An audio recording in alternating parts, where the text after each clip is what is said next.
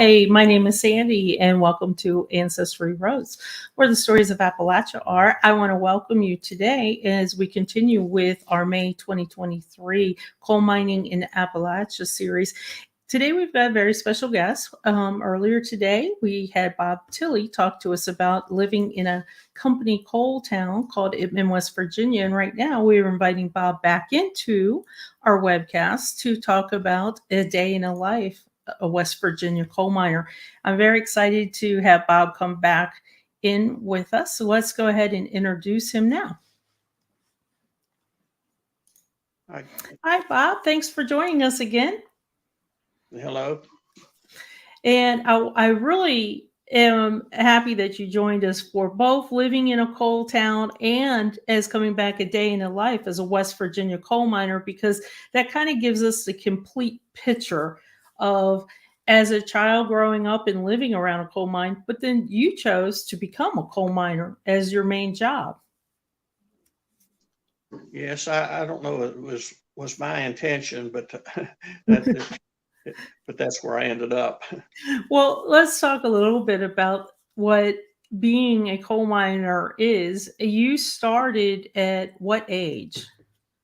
Um, I started at 18, about a week after I got out of high school. Because the day after graduation, I recall my dad asked me what my plans were, and I told him I'd like to go to college, and he says, "Well, how much money do you have?" And I didn't have any, so he said, "Well, uh, I can get you a job during the summer, at where I work." So he sent me down to a local store, and uh, he let me, put all my mining clothing on his account. And then following Monday, I went to work at the coal mines with my dad. And you didn't think twice. You just said, "This is the job. Just let's go do it." Right. Well, I just thought it would be my uh, room and board and tuition, to go to school. And at that time, I made enough during the summers to pay for my school for 2 semesters, and then the next summer I went back to the mine again. So that was your summer job while you were in school. What did you Right. go to school for? Well, I took electrical engineering, and I ended up. It was going to take so long. I got an associate degree in electrical engineering, and I had a minor in mining. Which So school did you go to? I went to West Virginia Tech, Hey, and that's very impressive. Electrical engineering, even as an associate's degree, is not an easy degree. So you decided that's the path you're going to take. And when you graduated, you said, "I'm just going to come back and go to the coal mine." right. Well, my last year I spent at Bluefield State College because I was needing to work Hmm. and go to school at the same time, and it was I worked the afternoon shift, and they allowed me to come in. I'd get there just almost at work time, but they would let me work in the shop, and then they would send me underground from the shop from there. But I remember doing doing a lot of my work at red lights and things like that. trying to trying to Well, keep. and I will say too that Bob had shared with me that when you went to work after high school that following Monday, that you were working on the conveyor belt, servicing the belt itself, but you made $27 a day. Yes, and it was like I say, then you know, college I believe was, I don't know if it's $800 for one semester or for both, but I made enough money to go to school. My parents bought some gas and for the car and stuff, but they didn't have to contribute too awfully much. So But it I it mean, was it was a tough job. There was an older gentleman that they put me under his wing, and he'd show me what to do. And I thought he was a real old man. He was probably only maybe 50 years old, but something bad had happened, and you'd have to take off running to restart a belt. Hmm. That old gentleman, here I was, 18 years old. He would just leave me. I wasn't He would used to just go and rush over. I it. I think that's part of a coal miner's mentality as well, is that somebody new starting, you take them under your wing. Would you say that's accurate? It is accurate.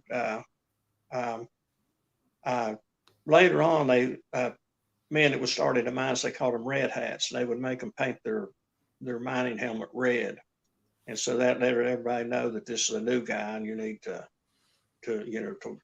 look after him, and uh, to try to help him. And people can get hurt really easy, even to this day. You know, People are still getting killed in the mines. Uh, Well, it's it's interesting. So, when you started working as a coal miner, was this your equipment that we're seeing on the screen, or was this no, your dad's? no. This was just things that I had picked up. My sister-in-law gave me one of those. They were carbide lamps, and you put the carbide in them and would light them. And that's more in the 20s and 30s. But now the middle um, piece of equipment there before was a mine safety lamp, and they were still using it. And after working 3 years, I, you had to study and learn all the laws and about mine gases and all that, and how to use the mine safety lamp.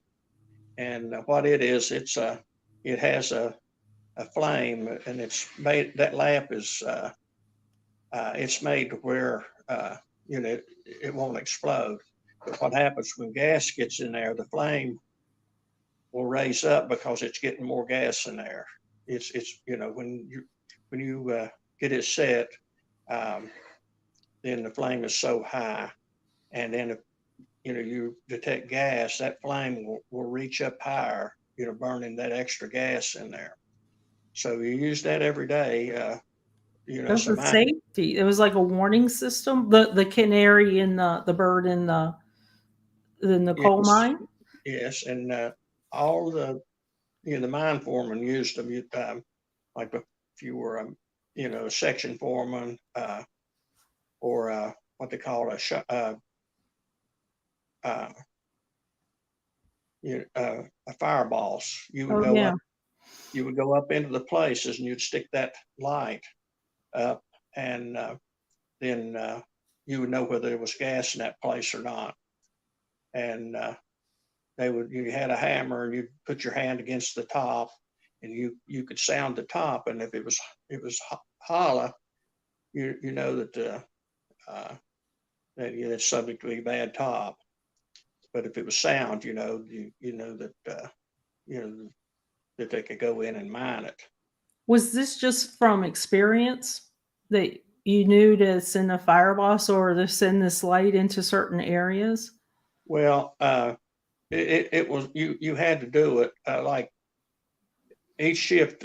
When you went in, the foreman would go up before the men went up to start mining, and he would check all the places, and that would let you know whether there was gas there or not.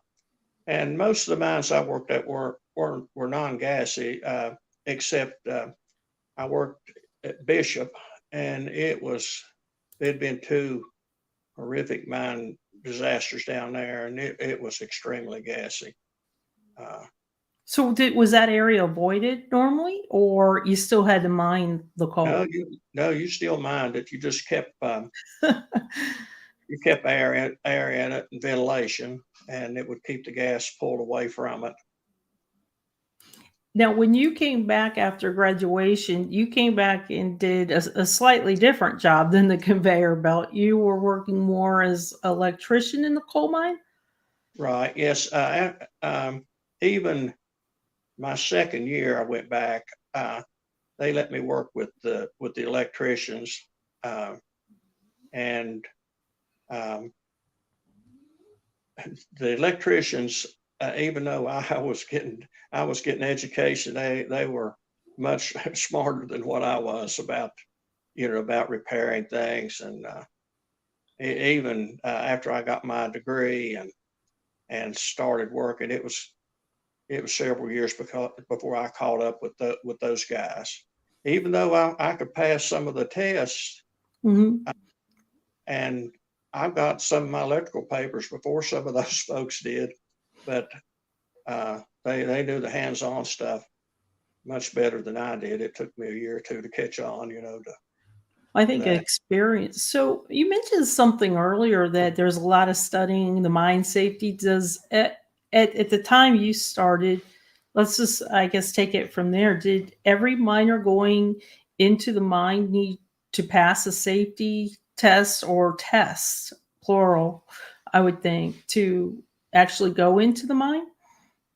Yes, they took a test. You had to have a miner certificate, and that required, you know, you knowing about, a certain number of things, The so every safety was the big part of it, I guess, right. at But that now to point. be a mine foreman, you had to go take classes, and you, before you got those papers, it was quite a bit more. So for a foreman to go and take the classes, is that at a university or is that at someplace that the coal company would provide? And this was way, guys, this was way, we're talking way before internet learning. Internet Right, wasn't even a word.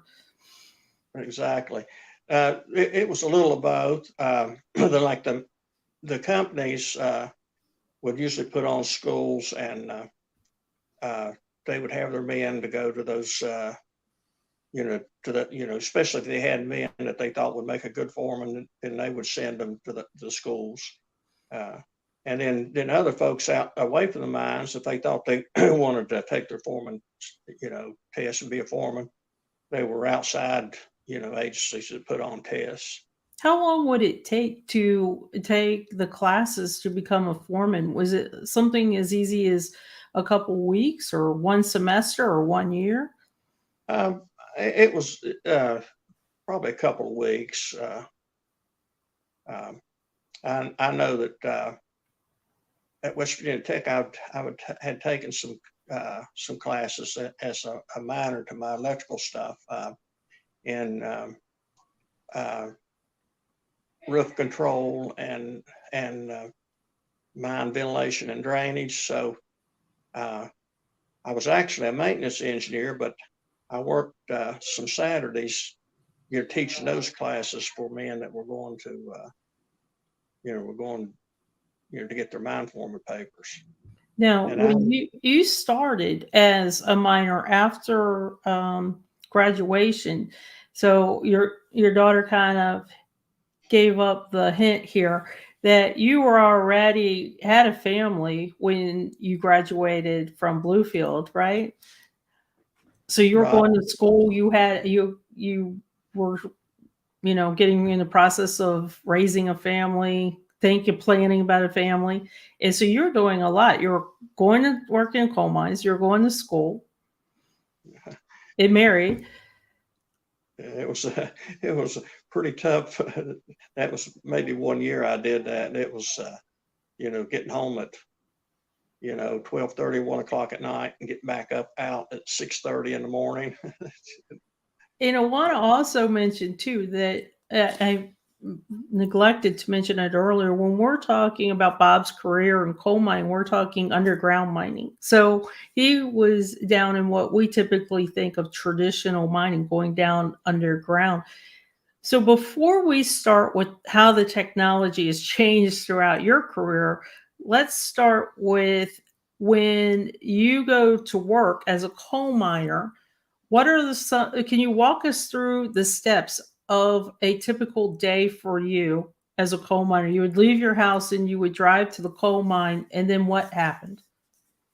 Well, when you get to the mine, um, they have what the bathhouse, and you go in and you put your mining clothing on. Is that like a jumpsuit that we typically think of? Well, with coveralls, you put coveralls on, and then you naturally have your helmet and the boots. Early on, your boots were hard-toed boots, but then eventually they came with a boot called metatarsal that covered the upper part of your foot as well. And then your belt,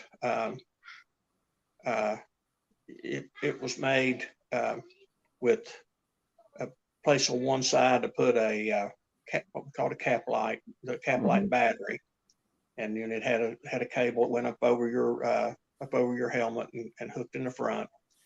And then later on, they had a mine rescuer, and it was on the other side. And if there's an explosion or whatever, you put that on to get outside.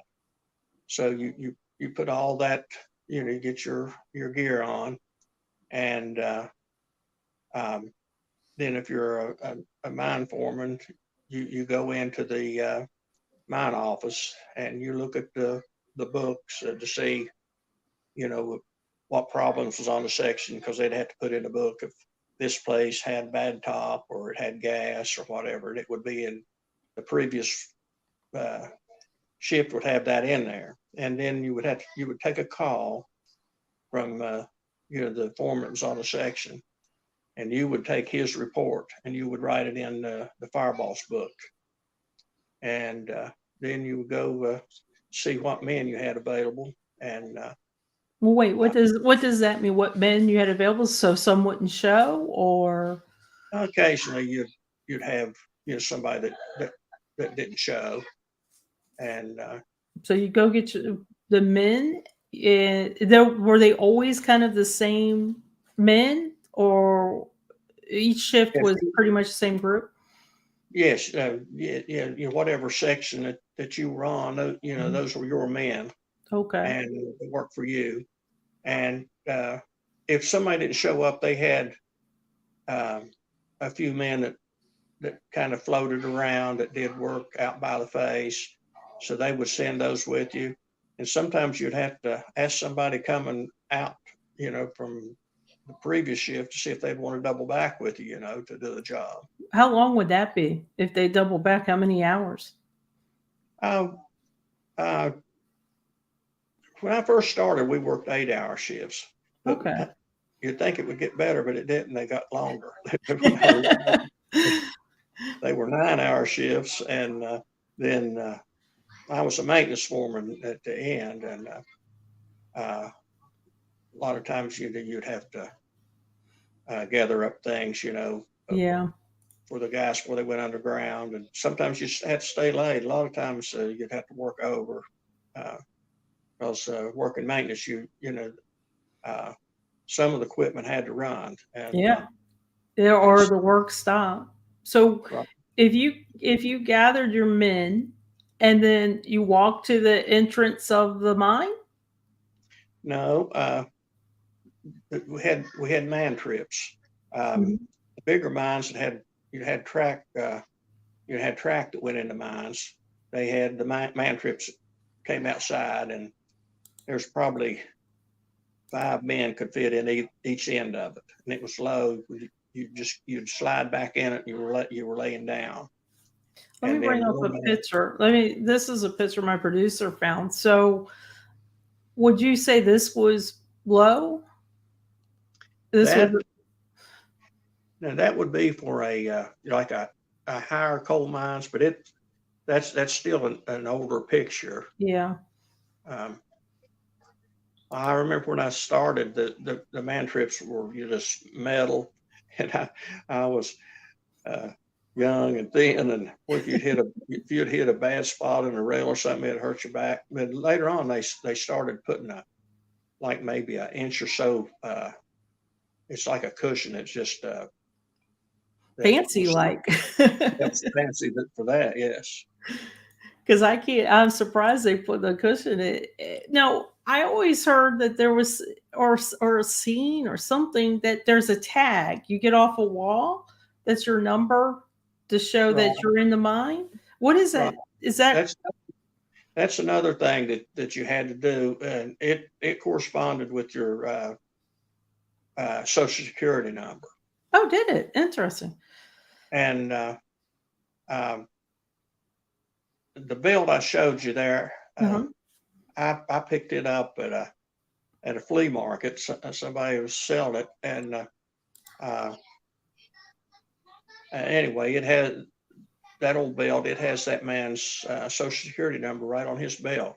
There we go. And the belt's right there in front of the helmet. So his social security number was on the belt, and then he had a little tag as well that he You'd have attached to it. that as well, and you would hang it on the check in and out board.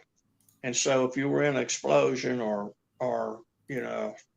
horrific accident, when they if they picked that belt up, they would know who you were. And So then when you worked and you went down into the mines, let's just say the 8 hours, you were there working. There, I guess for me, I'm the type of person who loves sunlight while I work. So I can't imagine. Do you just get used to working in the dark in smaller areas?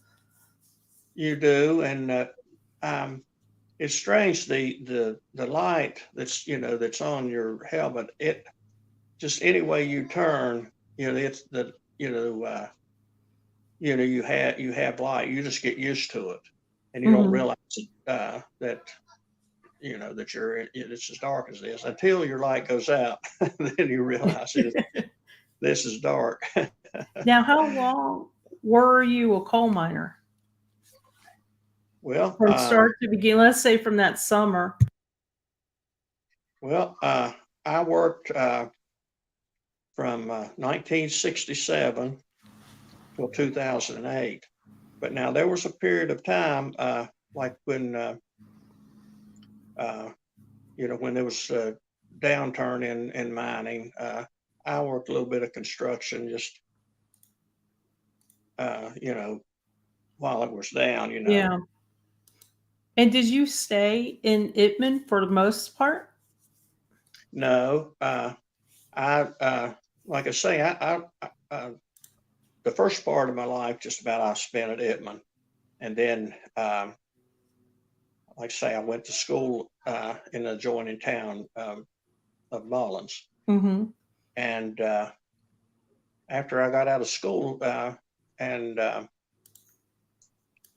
actually, right when I got out of college, I lived in Itman, 2 or 3 years, and then the company gave me a job as a maintenance engineer at Maitland, so I moved to Pineville to be a little closer to that, and then there's another downturn in the mining industry, and I ended up going to Bishop and working because of that. And Was it easy to find a job? So when the downturn, was it easy to transfer to a different mine? I assume this also a different main company that you no, transferred to? it was still. Uh, I tell you, worked when I went to work at Maitland. Maitland, I was a maintenance engineer, but the guys that were section foremen, they made $300 or $400 more a month than what I did, and I was in the process of building a house back near um, Mullins. So I took a job with Eastern Mhm. Coal for a while, and then I went back to the Buckeye mines where I'd started. And I worked there a while until uh, there was a downturn in the industry, Mhm. and it allowed me to go to Bishop because they'd shut Buckeye down, and that's how I ended up down in there. Well, I got a couple questions too for you, and I know a lot of people have asked about the technology changes. Hang on for a second. We're going to talk about that. But I think I need to, before we get too far away, need to come back since you mentioned, we talked about moving into Itman and growing up in Itman. Your father was actually working in the Itman mine and was hurt in the mine. Could you describe that situation for us? Right. My dad was he was a chief electrician, and anyway, he was underground, and he was working on a power center, and he had the power knocked. But what happened? I don't know if it was a rock fall or what, but when it fell on the cable, the it shorted the wires together, and it burnt the ground wire off, that which should have went to the outside, and the return went back to the power center that he had his hands on. Mm. And where he was at, I'll never forget this. That there was little beads of moisture on the roof of the mine, and the power went out through his clothing and shorted into those little beads of water, and it actually burned holes out through his coveralls. Oh my gosh. And Oh my gosh. it went through his I don't know how deep into his body it went, but I know when he had his black lung test, they could see that he had that, those burns. Those burns that it went down. Now he was hospitalized. He survived, but he was hospitalized for a bit. Did he retire after that? No, he went back to work, and he worked several more years, but he had black lung too. I feel like part of his lung problem was that, and he eventually died of a brain tumor. And I'm wondering, I've often felt like he worked around a lot of PCBs and transformers. He would have to take these oil field transformers and clean the interiors of them and that stuff. I hadn't been in the mines maybe 5 years or so, but they made us take all of those out of the mine. And but he worked his pretty much career with that material. Right. And my mother said he would always come home complaining about making him sickly when he had to clean those. So I don't, there's no proof of that, but that's what caused him to have makes you wonder. It definitely does. And what did he think about you going to work as a coal mine? Did he try and discourage you? Or I know you said he's like, here, come work during the summer to get money. But after you graduated college, was he surprised that you went full time in the coal mines, or did he have other expectations for you? I don't think so. I think that was just, that's what as mining families do. That's just what you do. I believe that's how he felt about it. And I think that's a really good point to bring up as well. We talk about coal mining, we talk about Appalachia, we talk about West Virginia, and also Wales is a very heavy coal mining, and families tend to do that. They follow each other, and it wasn't always easy to get a job in a coal mine. A lot of times you did have to have a family member or know somebody to get in, especially when the coal mining would take downturns and trying to stay with coal mining. So I'm glad you mentioned that, because the term coal mining family really does play out a lot in the Appalachia areas. And like you said, in other places of the world too. And you'll see it a lot in Wales as they come over to work the mines. Now, let me ask you then, so when you would come home, or come out of the mines, would you be covered in coal dust? Sometimes you would be, especially the men that worked right in the face, continuous miner operators, the roof bolters, those guys would get really dirty. And some of the coal mines had like a oilier base, you know, uh, uh, it was just oilier base, and it would stick to the gas. They would be really black. So that you really bring up another good point. So, you mentioned that you wanted to work low coal instead of high coal. Can you tell us the difference? What is high coal? What is low coal? No, I want to do just the opposite. Okay. the, the low coal is what I consider anything below maybe 45 inches. And so you can imagine you're crawling. Mhm. And some men work down to as low as like 20 inches of coal. And I mean, Unbelievable. and I was a little taller, and it was just hard for me to get around. Yeah. So I tried to work at the mines that had the higher coal if I had the choice. Now, I understand that in particularly the coal in Itman and the areas around was really prized because it was a more smokeless coal. So that was part of the reason why those mines stayed open as much as they could because during like, specifically, for example, World War II, that was given to the Navy almost exclusively. No one else could buy it because they needed it.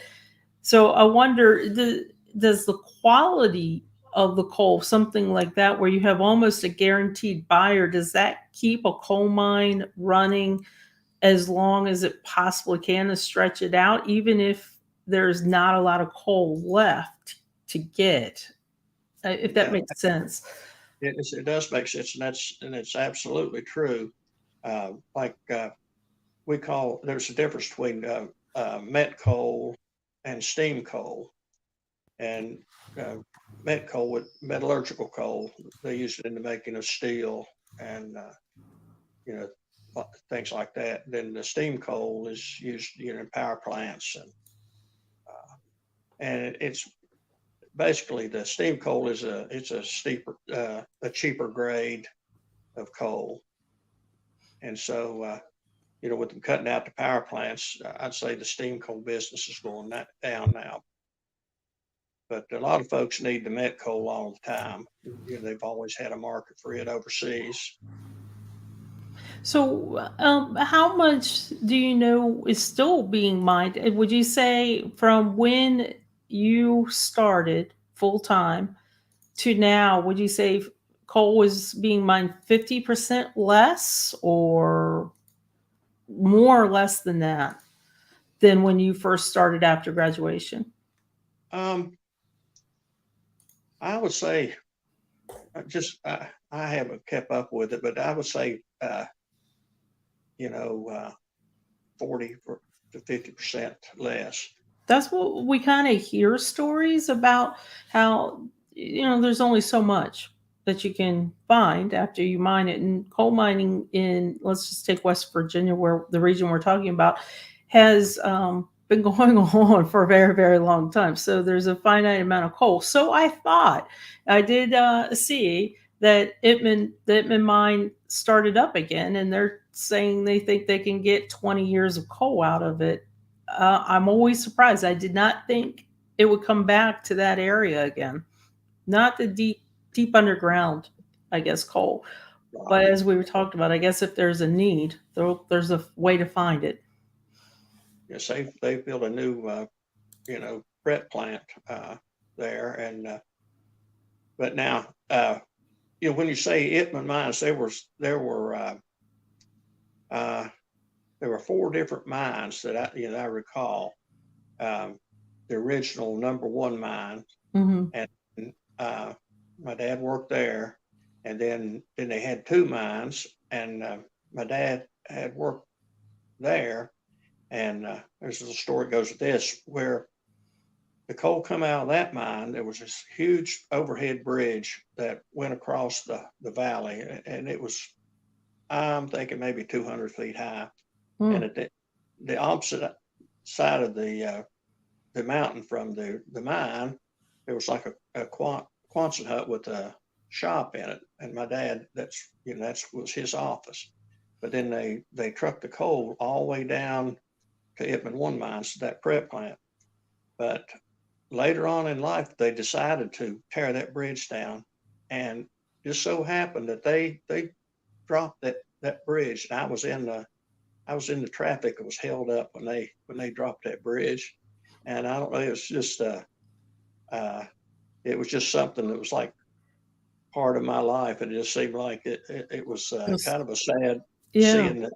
seeing them take it down.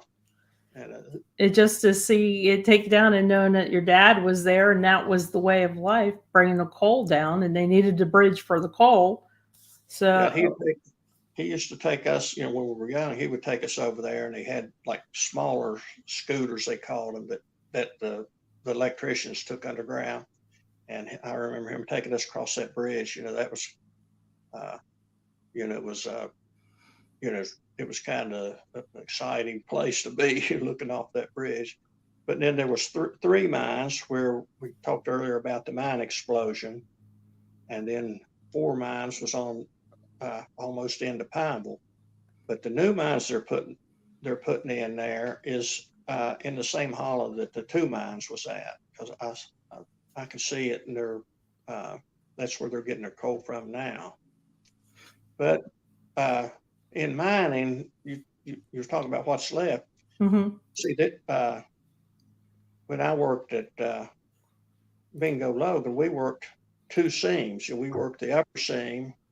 Then later on, we went down 80 to 100 foot lower, and we went in that mines, and so the seams are layered on top of one another. So they may still call it Itmann Mine, but it might be deeper, or just a different part of the mountain where they go in. Do you have any relatives that are coal miners still? I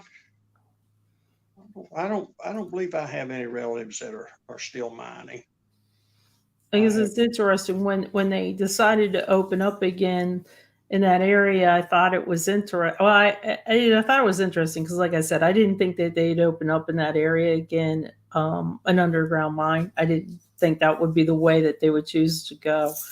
But let me ask you. So when you first started, technology wasn't really around. There was a lot of hand loading and a lot of really hard manual work to coal mining, right?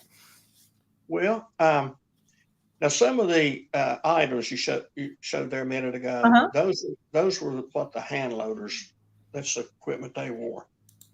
But the time I started, Oops, wrong. they already had mechanized equipment, and even in 1951, when my dad started at Itmann, they still had the loading machines. Now, this picture on the right that you're showing now, Mm-hmm. that is, excuse me, that is the like more modern equipment, and there's the long wall, and down on the bottom right is what they call a continuous miner, and then there's one of those things that's called a bridge system, which the continuous miner will put coal on it. Then up in the top left of the picture, that is the shields over the conveyor line, where the long wall. What the reason they call it a long wall is because the face will be 1,000 foot long, and it's that the shearing machine, as it comes down, the coal will roll off the face into that pan line. And as that void comes in there where the coal leaves the face, those shields will push in and occupy that void to keep the top from falling in. Oh, well, that's important. And So that's this is more modern than this is used today? it's used today, and that's that they're mining extreme amounts of coal with those. Um, I forget what the figure was. You showed the picture of how much they originally mined at Itman for a Yeah. year, and it was one of the biggest operations in the state. And when I worked at Mountaineer Mine, we loaded almost that much in 2 or 3 weeks. Oh You my. know, one mine with probably 150 men working underground. So automation meant a lot. But now when I get back to when I first started, they had we called it conventional mining, which had the cutting machine, which would undercut Mm-hmm. let me step back, but they called it Roman pillar. You you would mine if you kind of look down like on a checkerboard, but they would take the coal out, to go up left and right, just like a checkerboard. But they would leave the blocks there to hold the top up, and that was called the pillar. So they called it Roman pillar. And so you would go in, and they used the like the cutting machine. It would undercut the coal. Then they would drill holes. And they put dynamite in it. Then they would, they would the explosion would break it up into smaller pieces. Then he had a loading machine that would load it, and it would load it onto a shuttle car, and it would either be taken to a conveyor belt or a mine cars. And then by the time I started in like the late 60s, they were using the continuous miner, which it eliminated the cutting machine and the coal drill and the dynamite. And the one machine would cut the coal down and load it into the shuttle cars, and it would be hauled from a face like that. And of course, And they what would always the coal miners be doing? Operating the machines? Is that what coal miners are doing today? Even is mostly operating the machines? right. They're operating the machines, and the first continuous miners, they Hmm. had a deck and with levers, and you mined them kind of like you'd imagine like a bulldozer operator or something like that. But then they came with the remote control, and first the remote control had like an umbilical cord on it, and the guys could would stand back maybe 30 feet and operate it. But now the remote control it's kind of like a video game controller, and they can operate all the functions on the machine, and that way they can stand out out by the face and mine That's coal. amazing. That's how technology has changed from days where they loaded up a pony cart, you know, pickaxing, and now, like you said, they've got a remote, kind of like a video game, where they can operate where they're going to mine. Right. There are big changes, and even internal in the machines, like the continuous miners. When we start using those, the guy sitting in the deck, he would have to kind of use a sense of feel to tell how To hard the coal was, so how far he could, push the machine into the coal to make it cut. But by I would say uh, 1990, they'd started putting what they would it was like what they call cutter motor feedback, and it would send a signal back into the machine it was putting a strain on the motors to turn the drums, then Mhm. it would tell the machine to quit pushing into it so hard. So it it knew how much you know to advance to make it easier on the machine, and they would load faster because it just there's a lot of technology in it that I just never would have guessed how much technology would be involved in going in underground mine like this. I guess I'm a little taken back by this. I'm really shocked by it. Your daughter wanted you to answer a question. She's like, asked Dad about brother Derek working as an engineer. For a while, Derek was working for a company that fabricated the mining equipment. So would Yeah, Derek be your son? he's my youngest son, and he still works for a company that they manufacture and rebuild certain types of mining equipment, and but they're you know they're spread out. They do other type of underground mining and uh, you know I think maybe potash and It's salt. interesting though, Salt. because he's still kind of working in mining, so still kind of carrying on the family tradition there a little bit. What would Right. you say would be? I think we can all probably guess the challenges, and there is somebody who asks an important question that we'll ask you in a few moments. But what would you say would be the rewards of your life as a coal miner? Well, I guess I've had a lot of people ask me why I worked so long at it, but Yeah. it's one of those things like it's in your blood, Hmm. and it's really fast paced. Especially my my last 18 years, I worked at Mountaineer Mine because there were so many things going on uh, that had to keep going. So you were really busy all the time trying to keep up with everything, and uh, I I couldn't imagine working in the office or In a little cubicle stuck on a phone. Well, it's so. interesting because I think you also mentioned when it's just in your blood, and I will tell you that the show is titled West Virginia Coal Miner, and that is exactly accurate. That is very true, and I think that it's just it puts food on the table, put food on the table and roof over our head. Many of families with having the job as a coal miner. So if you were addressing a group of students today, say ninth grade, 10th grade students, and some of them said they were interested in being a coal miner, what would you say to them?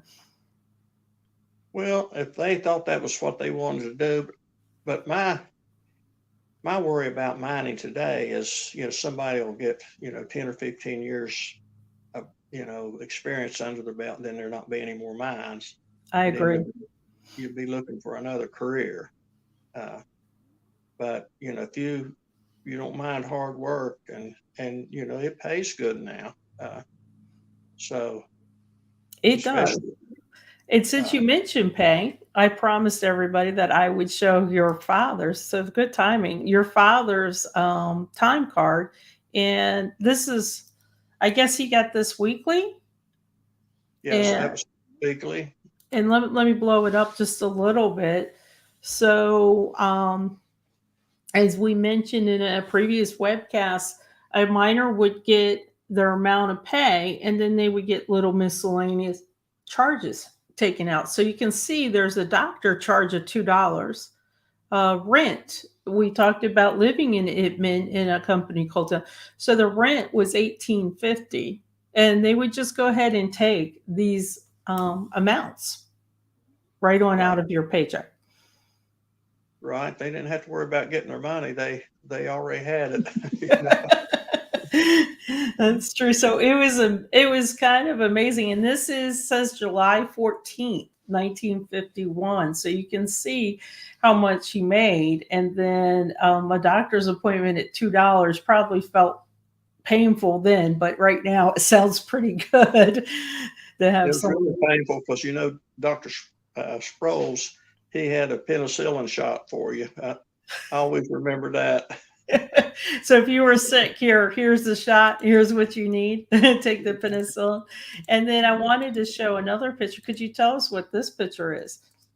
All right, now that's before I retired. That's Mountaineer Mine with Mingo Logan Coal, which was a company that was owned by Arch Coal, and it was longwall mines is highly automated. Like in the dispatcher's office, it had computer screens. It showed a lot of the activity going on underground, and it would, he could tell which belts were running and which weren't. And, that was, I believe that was I was on a day shift when that picture was taken. with that picture. And then I was thankful that you showed us. I'm going to come back to this in a minute. The coal miner memorial. Where is this at? Now, this is about 4 miles from the company store, right at the lower end of Mullins, coming into Mullins. And now, are these four miners that have lost their life in the mine, or just anybody who wanted to pay tribute to the coal miner that's in their family? It's mostly for, paying tribute. While I was down there taking these photos, I saw some folks that had been killed in, had been killed in the mines. And But it's a really lovely tribute. I mean, the statues are especially the tall gentleman is very lifelike. Probably, you had, like you said, you had your hat, and you got used to the light on your hat. And now, speaking of the memorial, let's backtrack. Let me backtrack a little bit. So, this particular mine did have an explosion in 1972, and 5 men were killed. And I mentioned this also because this is partly how Bob and I came to know of each other, because we work on a website called WikiTree. It's a free website, and the mining disasters. And both of us were working kind of separate mining disasters, trying to build profiles of miners that were killed in mines. And we kind of stumbled on each other. And then when I created the Appalachia Project on WikiTree, Bob was one of the first people that I invited to join and come on over into it. But I remember distinctly you also posting up on the bulletin board WikiTree about the mining disaster here. So I think this would bring us also into a very important question that somebody asked. Nick asked, did you ever have a major scare in the mine? Like, I think you personally, did you ever come close to a mining accident, a mining disaster, or did something just really get you that took your breath away and scared you? Oh, I had several Wow. close calls.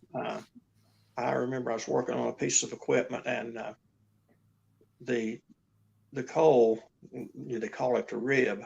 The rib rolled out on top of me, and it had me pinned there for a while, and that was scary. And I did electrical work, and I've had a lot of close calls with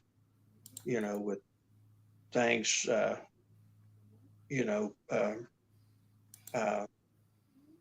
but burning up, and just close calls like that. But you still go back. You shake it off and go back. Oh yeah, you go back, and a lot of things that happen, you may have made a mistake, and you try to remember the mistakes, and you see mistakes that other folks make too, and you Mhm. try to learn from those mistakes.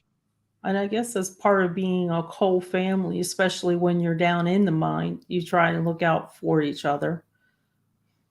Right. Now, you And weren't I've been working the mine, were you, when that explosion happened? in in 1970. 72.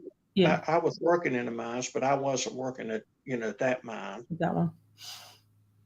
And then I have a couple other questions that were sent in prior to this. And what are your thoughts on the future of coal mining in Appalachia? Well, I think there's going to be several more years till um, I think the car transitions to to electric cars and things is ahead of itself, and until they find a way of making steel, you know, Hmm. without, metallurgical coal. There'll still be some need for it. I think that's something that most people don't realize, that they think coal heating, but coal and steel, you need the coal to make the steel. So I think you're right. Until they find either a completely different product or a different way of creating that steel, then coal is going to be around. And I had some interesting questions, some fun questions for you as well. So somebody wanted to know, when did you retire? And I think one of John and the viewer said that he believes that you're working coal mines on and off for about 41 years. So what year did you retire? Um, I, I actually, I had trouble with my back, and in 2008 is when I came out of the mines. And even coming out in 2008, I still thought maybe I would maybe still like to work a little bit, but uh, I, I ended up getting my, disability through Social Security. Decided, I better just, count my blessings and not go back. I agree. So then that leads right into the part two of the question from somebody who sent it in advance.